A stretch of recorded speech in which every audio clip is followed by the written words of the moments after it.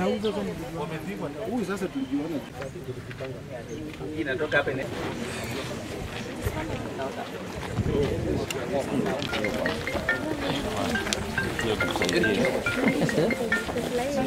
Kuna gari ilikuja pale, na baada tu ya hiyo gari kuja pale, furugu ikaanza.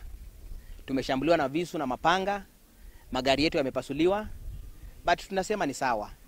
Unajua ule mtu amekuja kusaidia kwa moyo wake, hata Mwenyezi Mungu anambariki.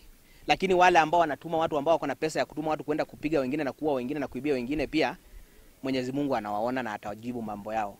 The first time I was here, I met the women was there, so I thought let me do something for the youth. Alafu inafanyika, we're in our program, then goons come in, tunaanza kuibiwa, kupigwa, gari imevunjwa, security ameumizwa, and many other things. Watu wamepoteza simu, vibeti, pesa. It is so wrong.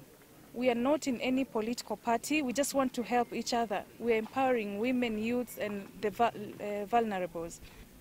Lakini imekuwa jambo la kusikitisha. Tumevamiwa, tumefurugwa, tumesambaratishwa na cha kustaajabisha kwa mapanga na visu. I want to take this opportunity to call my fellow youths. It's high time tutoke kwa siasa ya shilingi 50.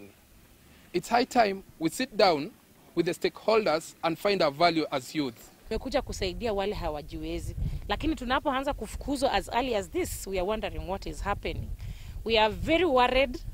Saizi baridi inatupiga, lakini tunasikia vibaya. Tumekata maneno, tulikuwa tunatafuta ambassadors. We were looking for our ambassadors wa Mary Biketi Foundation wa kutusimamia kama face of Mary Biketi Foundation. Hata hatukukuwa tumemaliza hiyo mkutano, the goons were already there. Na tusitumike kwa vita ya panga. Hatujui nani yako hapa leo, nani yako hapa kesho. Vijana tuache kutumika. It's high time sisi wenyewe kama vijana tuende ground, tujichague wenyewe, tujue representative wetu ni nani. Tuache kutumika vibaya.